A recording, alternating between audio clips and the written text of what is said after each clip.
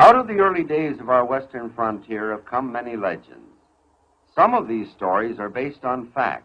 Others, no doubt, were conceived in the minds of grizzled old prospectors, too long alone in the hot, barren wastes, consumed by their one dream, the dream of finding gold.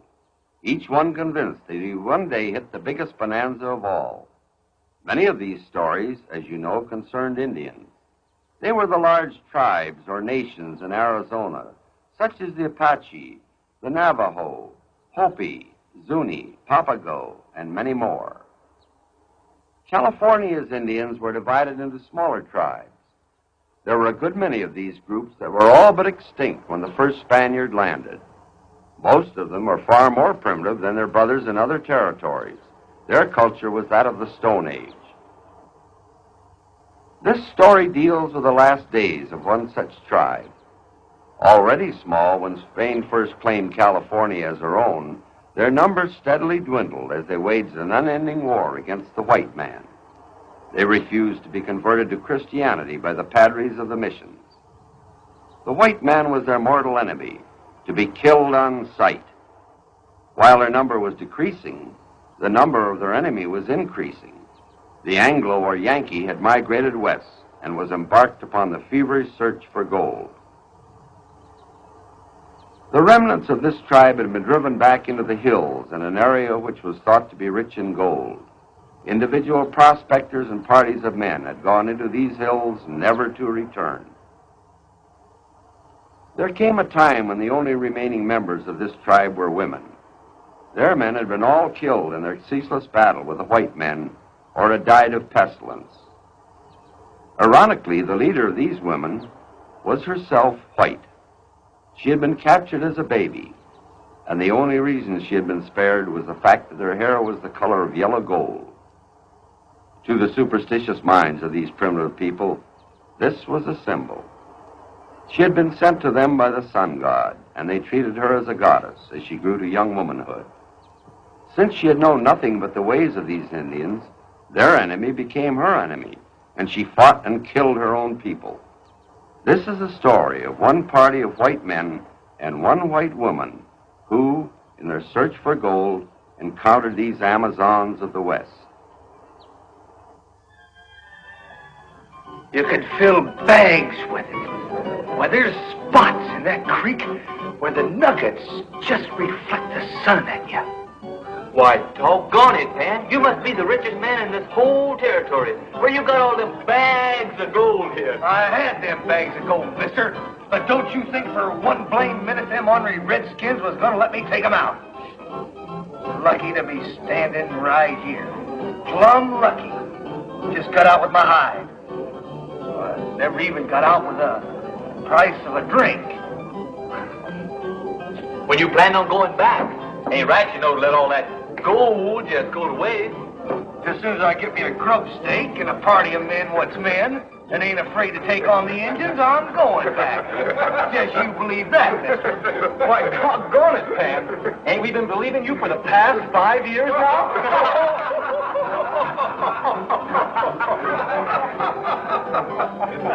Hey, Pan, come on back and get your drink.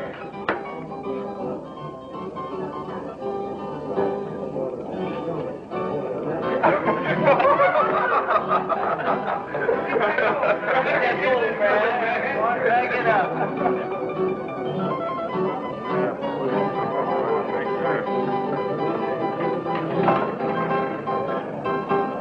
What was going on down there? Oh, that's the boys. They have quite a time with Pan. Pan? Pan Taggart. That's Pan for Panhandler. I don't know what his name is. What about this story he's telling about the gold? I don't reckon you've been around here very long, have you, Mr. Potter. Mulvey Potter. The wife and I just got in yesterday afternoon. We're staying at the Harley boarding house. Oh, well, that explains everything. Yeah, Pan, he's been telling that story around for years. Why, I'm surprised he hasn't already told you the story. You know, strangers are his best customers.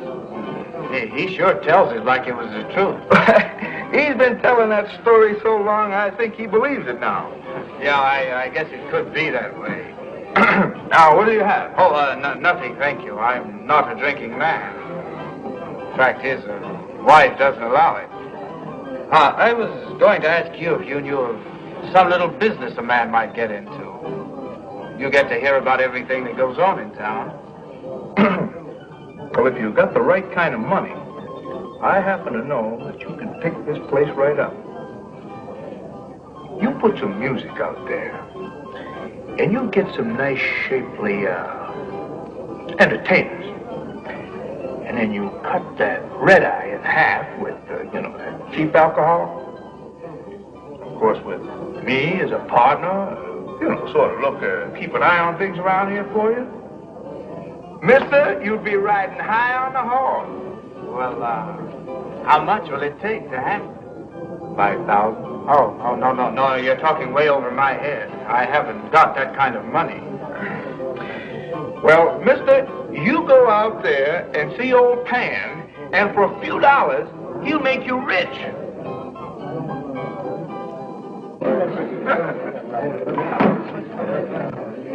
So, how much will it take to outfit for 3 months? Well, dang well depends on how many you got in the party. Now, to get in and out of Gold Creek, that's the name I gave it, you gotta have upwards to 6 or 7 guns. And well, what would we need with all of those guns? There'd only be 2 or 3 of us. Blast it all, man, I'm talking men. 6 or 7 of us, what can handle guns? Well, isn't that cutting the gold a little thin? Oh, it'd take a small army to cut that kind of gold in. Never seen such gold in all your born days. Oh, all right. Now plan on 6 or 7. How much for 3 months? Well, let's say by the time you figure horses, guns, grub, ammunition, little liquor.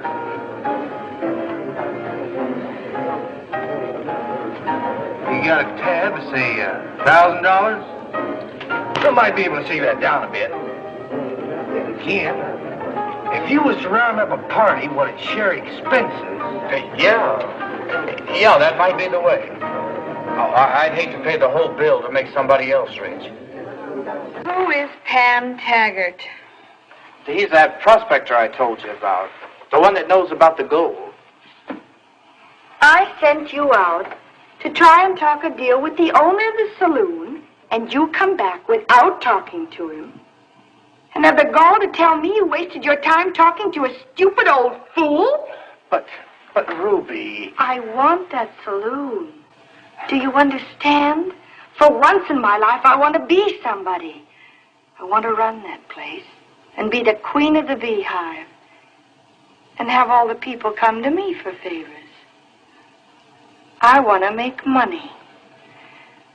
Big money. Ruby, you've just said it. That's exactly what's been on my mind. Big money. Well, then go out and buy the saloon. Ruby, honey, forget about that saloon for a minute. That's not what I'm talking about. Besides, if you were to be the queen around a place like that, honey, I just couldn't stand it. All those men pawing at you. Oh. Ruby, honey, listen to me. Hear me out just this once. Now, we both want big money. But I'm telling you again, I just haven't got the wherewithal to buy a place like that. Before you married me, you sold out a freighting business in Illinois. What did you do with the money? Well, I sold out the place because I couldn't make a go of it.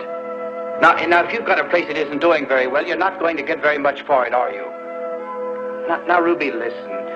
This Taggart swears up and down that the gold is there, and I believe him. Why? Well, if it wasn't there, say he made up this whole story just to mooch a bottle and some food. He wouldn't be willing to risk his life now, would he? Much less 3 months of hard work and a long trip. Oh, no, he can get a bottle and food a lot easier than that. Where's this gold supposed to be? At a place he calls Gold Creek. It's deep in Indian territory. Now, honey, it's no picnic to get there, but we can be rich. Real stinking rich. And we won't have to sweat it out in that lousy saloon for the next 15 years. Listen, Ruby. All we have to do is bag it up. Bags of gold.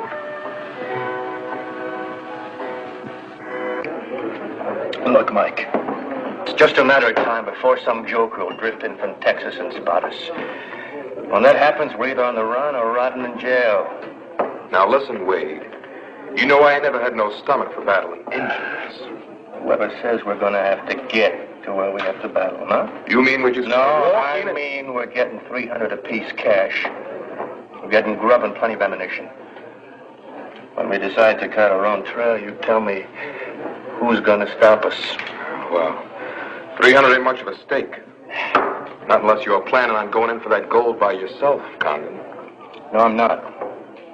But I figure friend Potter for the rest of a real good stake. Potter's the only fool I know who'll believe Pat Taggart. Oh, how do, Mr. Potter? It's a friend of mine, Mike Horton.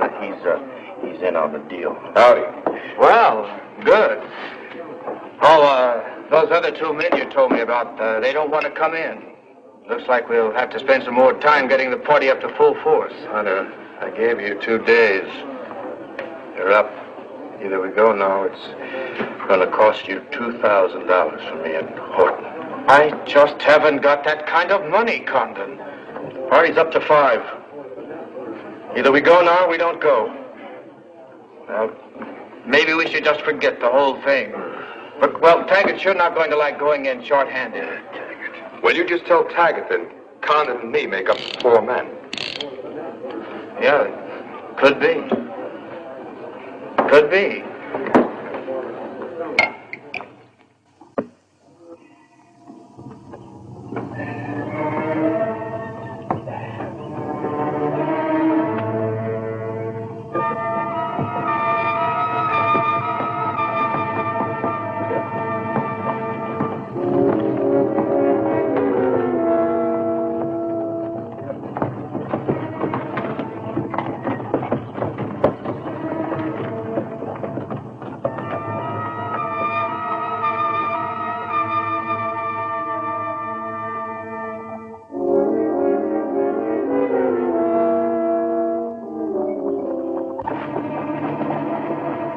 As we gained the top of the pass, I couldn't help but take a last look at the town. There was a feeling of security down there. While ahead of us, with Ruby it was different. All she wanted to know was whether I was coming or not. When I told her that it might be a long time before we saw the town again, she looked off a moment, and then said, "We'll see it again. I hope."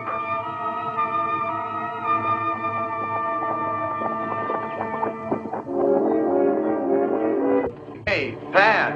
Oh, Tony. Pat.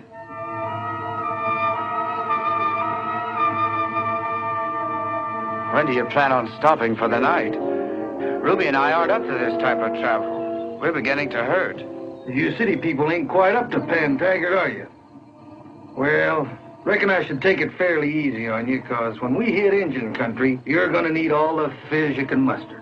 There's water a couple miles ahead, and we'll make camp when we hit it.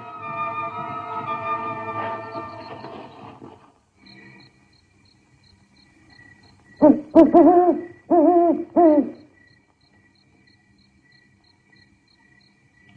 we going to take over this outfit tonight? It's only been a day out. Too risky. Besides, I have to look into something.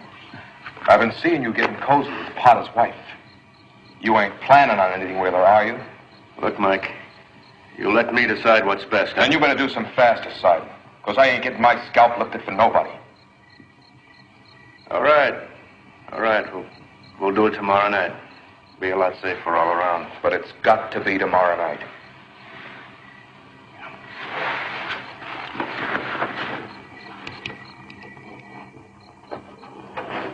We'd only been a few days on the trail, but it was long enough to overhang the party with the smell of trouble.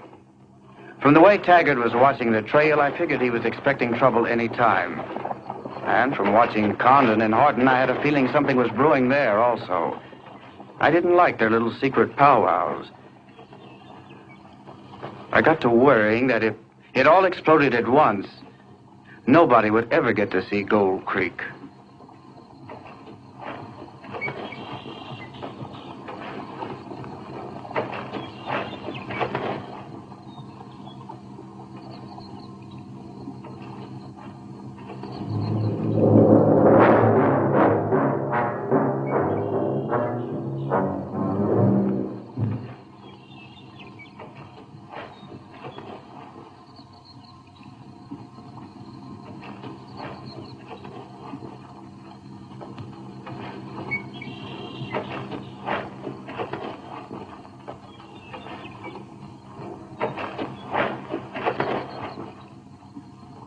What is it, Taggart?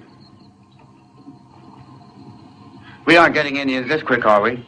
No, don't reckon so. I just caught a twinkle of something back in the hills. What do you think it was? Sun hitting a bit of mica, most likely.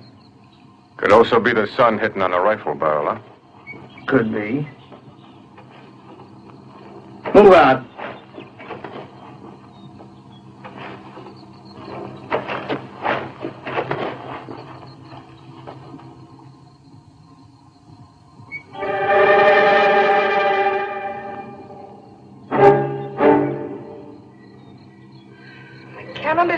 Why it's so cold. We were roasting all day. Well, we've climbed about a couple of 1,000 feet since yesterday, Ruby. A higher altitude makes it colder. Oh, shut up. I don't need an explanation from you.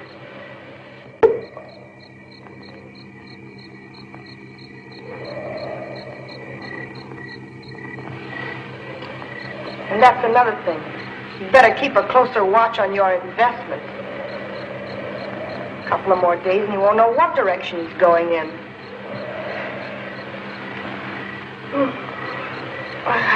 I think I'll go to sleep.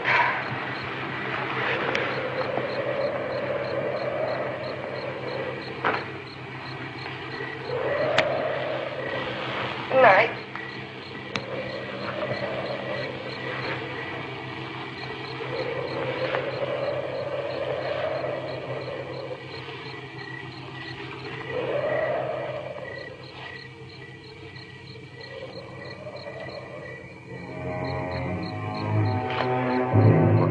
Taggart ain't putting on this Indian scare just to keep us in line. As far as he knows, he got nothing to worry about us. And I caught him giving the hill some pretty sharp looks when he thought no one was looking at him. And that's all the more reason for us to get it over with now, before somebody moves down on us. Something that Potter's wife said. Makes it doubtful who's got the money. What difference does it make who's got the money? We get everything, don't we? Could be in town, you know. Who with? The bartender? What? You've heard of a bank, huh? Oh, yeah. Yeah. Well, it's a chance we'll have to take, that's all. Because I ain't going another step into no Indian country on just a chance of more money. All right. What about Ruby Potter? Same as the rest. Well, you don't think we're going to take her along, do you? I don't see shooting a woman, Mike. Well, if it'll spoil your breakfast, Condon, leave it to me. Because I got an idea that money-grabbing witch is planning on coming out of this alone. All right. Let's get it over with quick.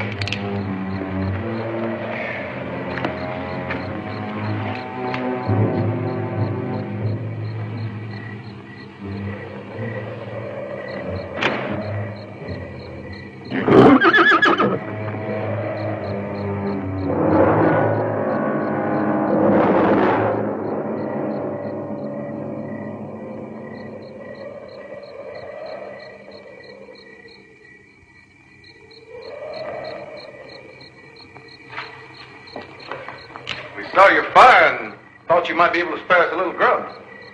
Doesn't the United States Army feed its cavalrymen anymore? Well, we got separated from our outfit in an Indian ambush a day or so ago. Near Scarson Fort Apache, it's about 100 miles away, isn't it? Well, how'd you get here so quick? Well, we were on a scouting mission. About 2 days out when it happened. No. Taggart, we got some company. Seems like they want to bite a grub.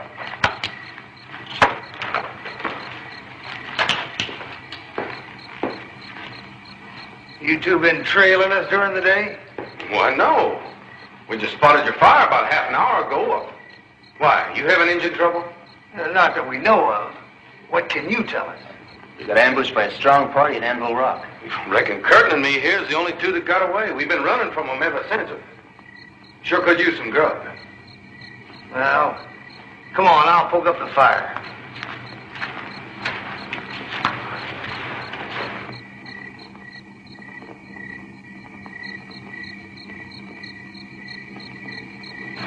Yeah, I don't like the looks of this. For two men that have been on the run for a few days, they and their horses look pretty doggone good. But they're cavalrymen. Yes, and no. What do you mean? Their gear's Army regulation, but part of what they're wearing's been picked up elsewhere. Well, we better go tell Oh, Conrad. now, don't go flying off the handle. How do we know they ain't in together? It seems to me Condon and Horton accepted these two pretty easy. How will we find out? Well, tomorrow morning, we'll tell Condon and Horton that we're aiming on asking the cavalrymen to stick with us to Gold Creek. That'll smoke them out in the open. How so? Well, if they're in cahoots, they'll agree. If they ain't, they won't want to share grub and gold. Yeah. Yeah.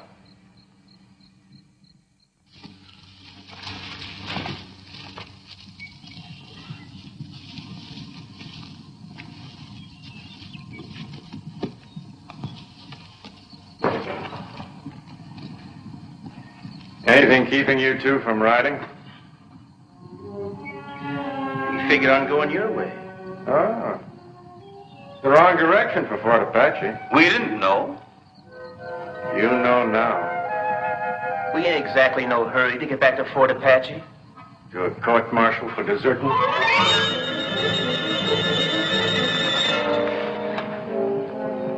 Harsh words. And here's some more to go with them. You ain't riding our way because we don't need you. Now let's get all our cards up on the table. The drunken old fool you got leading you talks a lot when he's drunk and asleep. Now we know what you're out after and we want in. You ain't got a chance in hell. After we overheard you two planning last night? I think you'd better count us in. I think you press your luck far enough, soldier boys. Now let's start riding, nice and easy.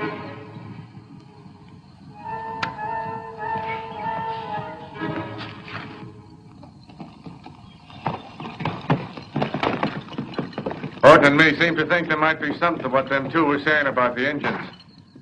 So we decided we'd do a bit of scouting around. That's a good idea. We'll catch up later.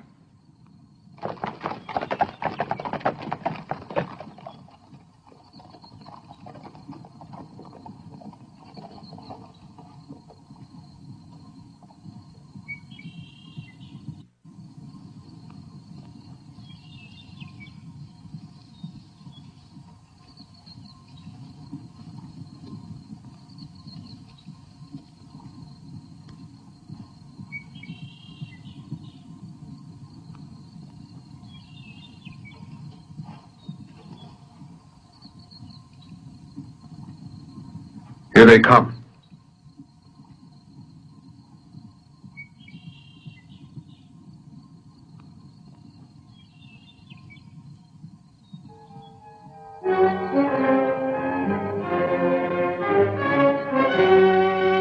Like a couple of prairie dogs, just waiting to be picked off.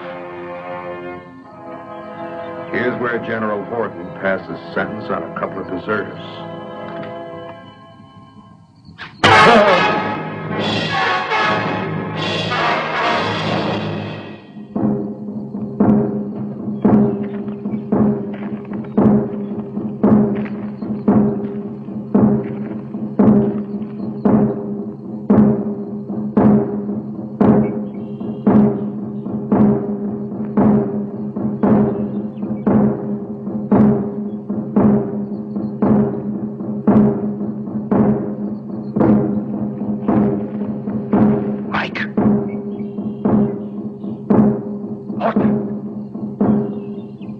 Give me a sign if you're still alive.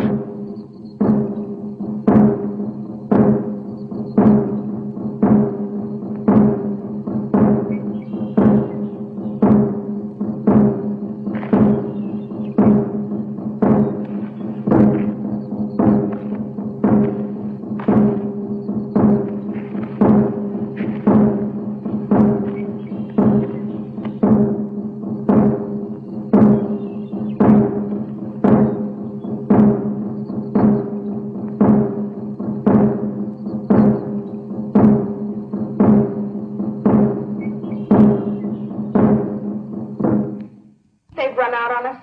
Well, I ain't putting a thing past them two. We'll know by...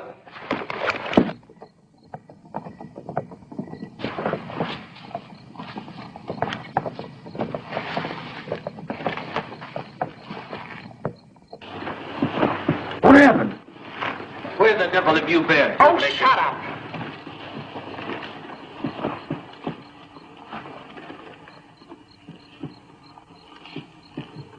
Who got him? I don't know. The arrow just came out of nowhere. Apache.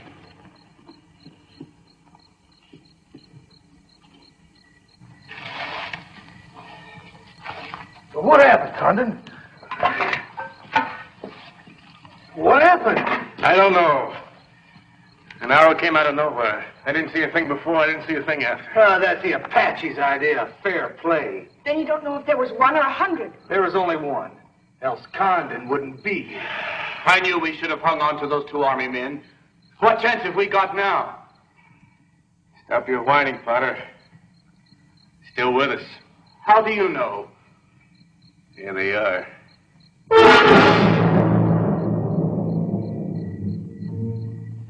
Seems like they heard Taggart here talking in his sleep about the gold, huh? You're dang well making that up, Condon.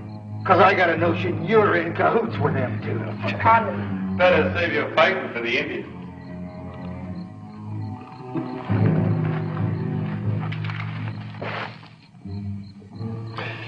You can't gun us down. You need us now. He's right, Condon. He's right. We've got to take them on. From here on in, I call all the bets, Potter, so don't tell me what to do. Could be the party doesn't need you, Condon. You've been trying to run this show ever since we left. Maybe I ought to let you find Gold Creek. Stop it. If we're ever going to reach that gold, we're going to need all the guns and wits we can muster. Any of you want to argue against that?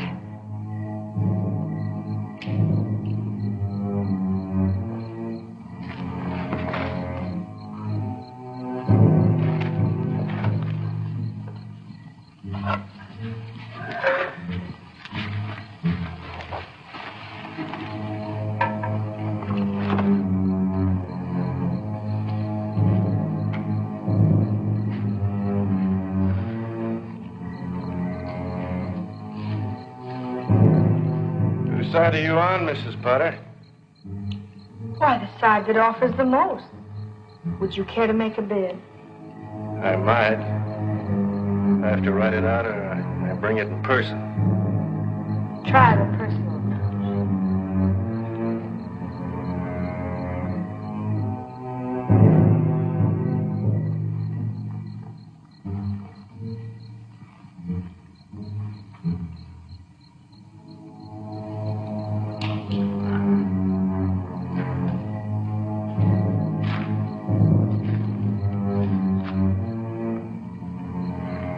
You cheap grave robber.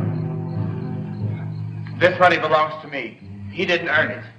Do you know of a harder way to earn it, Potter? Well, it's not any good to him now anyway. And what are you acting so righteous about? You were coming here to get this money yourself.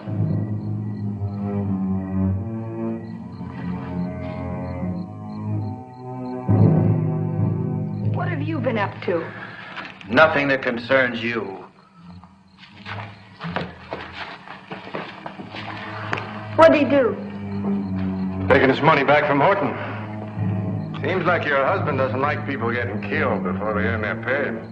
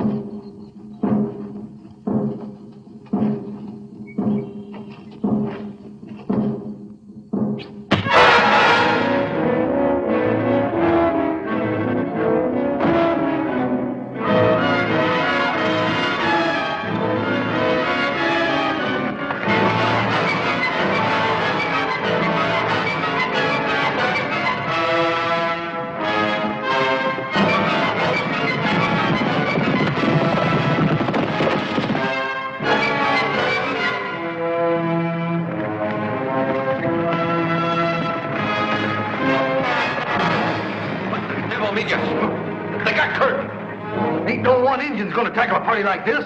Wanna have your scalp lifted by a bunch of braves? Tiger's right. If it's run, we run. You run anyway. If anybody's got any ideas on going back, they're going back without me. I'm moving ahead, fast as I can.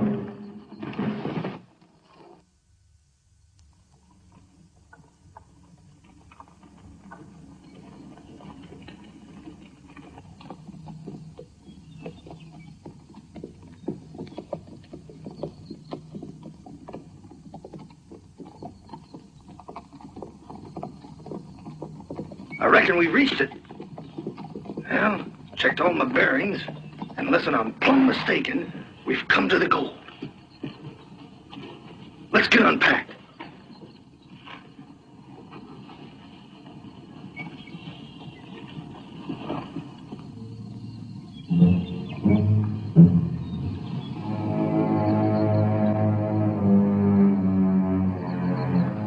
I think your friend Taggart had a few too many to drink along the way. What do you mean, Ruby? Well, I'll explain it to you. Have you found any gold yet? No, none. Exactly. That's right. Where is all this gold he was talking about? And where is he? Out in the bush, dead drunk?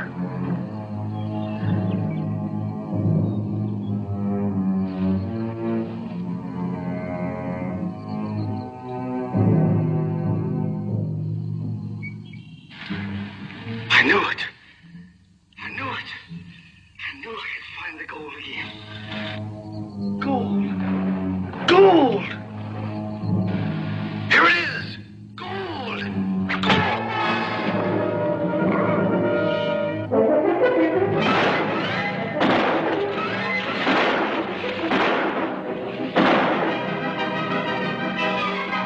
Hold it. Hold your fire. Let's move his body to the brush.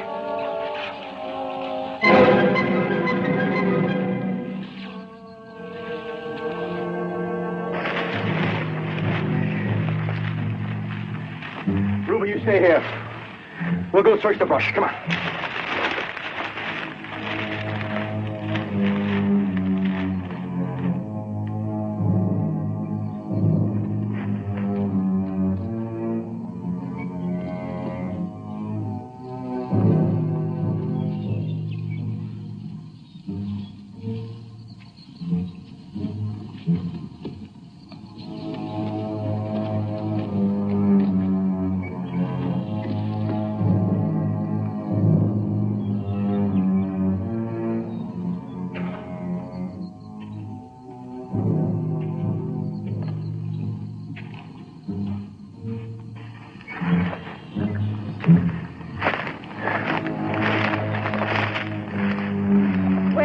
Did you find something? Nothing. Dead or alive. There must be somebody out there. It doesn't make any sense. Oh, don't be waiting around for an Indian to make sense, especially when he's out to kill you. Old Coo tries for 10 years to convince somebody there's gold up here. When he finally makes it back, he gets 1 minute to feel it between his fingers. Then he collects himself a tombstone. I'm sorry it had to be him. Yeah. I could use a drink. I'll join you, Jones.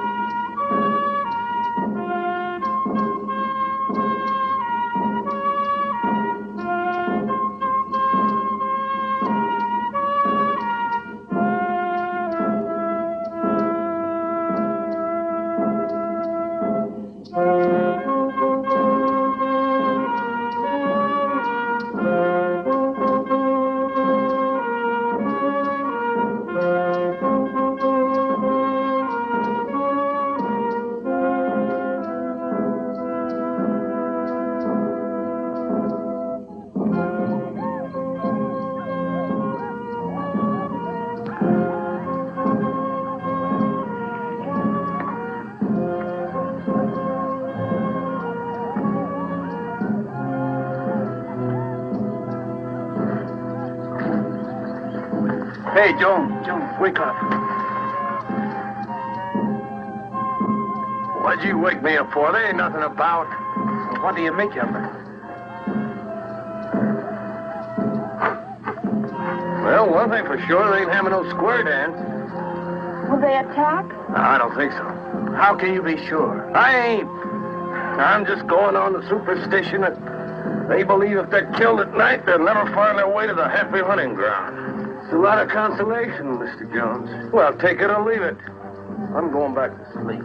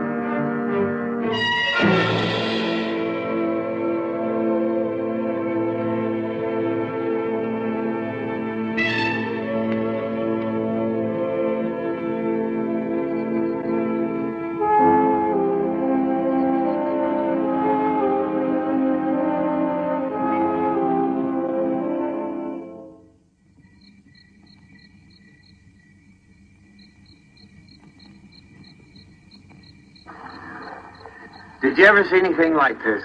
We're rich, Ruby. Rich. We will be if you'll shut up and keep working.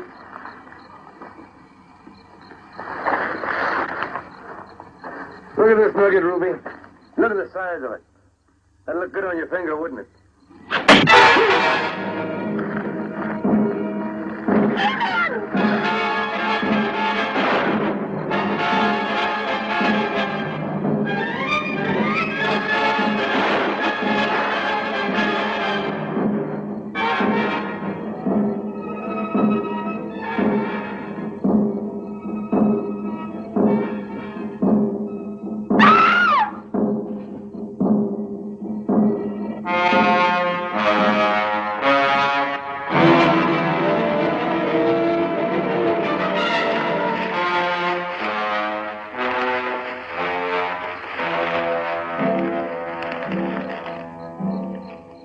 She's dead.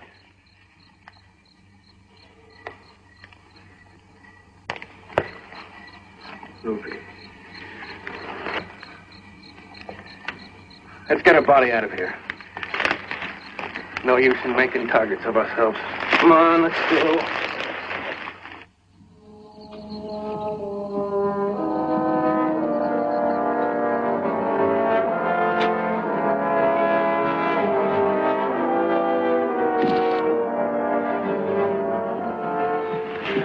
Don't you think we ought to put up some kind of marker?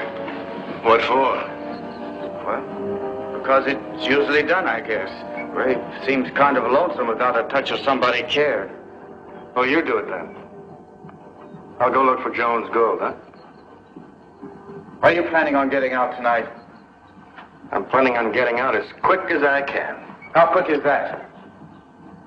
As quick as I can round up all the sacks of gold, Mr. Potter.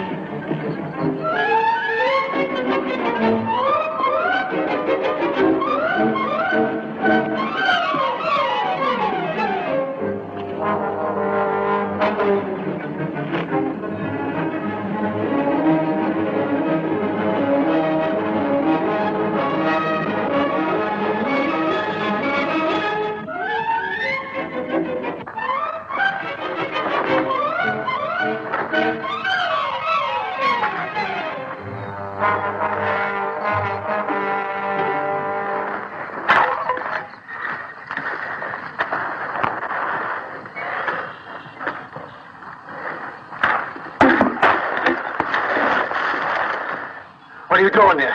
Watching me? I wasn't watching you. I just came over to have a little talk. Well, you talk. Well, it looks like we're the only two left. We've got all the gold in the gear. So? Well, you've got to admit we're a long way from out of here. I think we're going to need each other to get out of here with our scalps. Well, maybe so, and maybe not. Just getting here cost us 2 men in the face of a party of 7. That's when we were coming in. Now we're going out. I have a strong feeling those Indians aren't going to let anybody out of here that easy. Not with this gold, they're not. What use have they got for this gold, huh?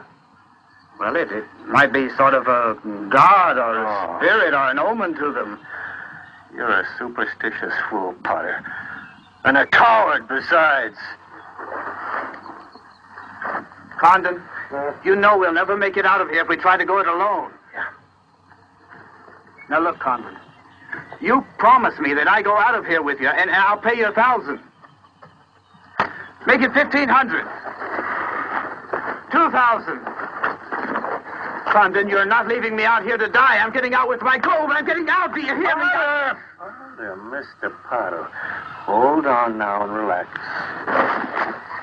Easy, Potter. Take yourself down. We're going to travel light. We're going to travel fast. But we're still going to need some handy guns.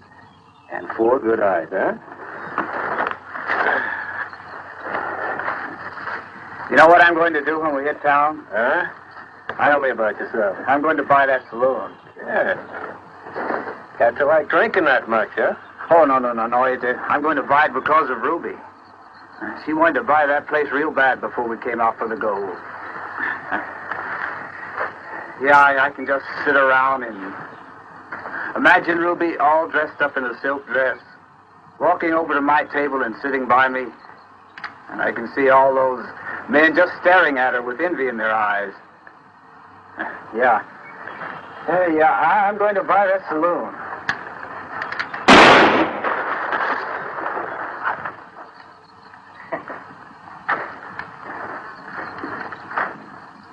When I go to your saloon, Mr. Potter, I'm going to have that drink.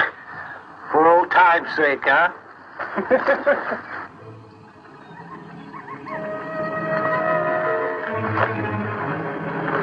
Condon!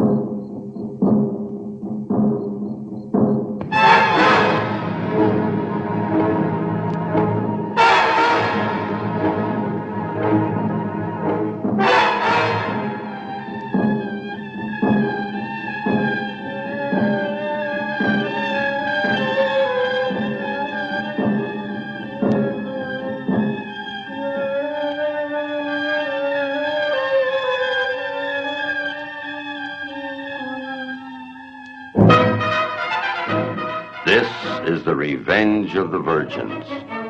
Once again, the trespassers have paid the penalty, and the legend continues. Beware the savage guardians of the Golden Horde.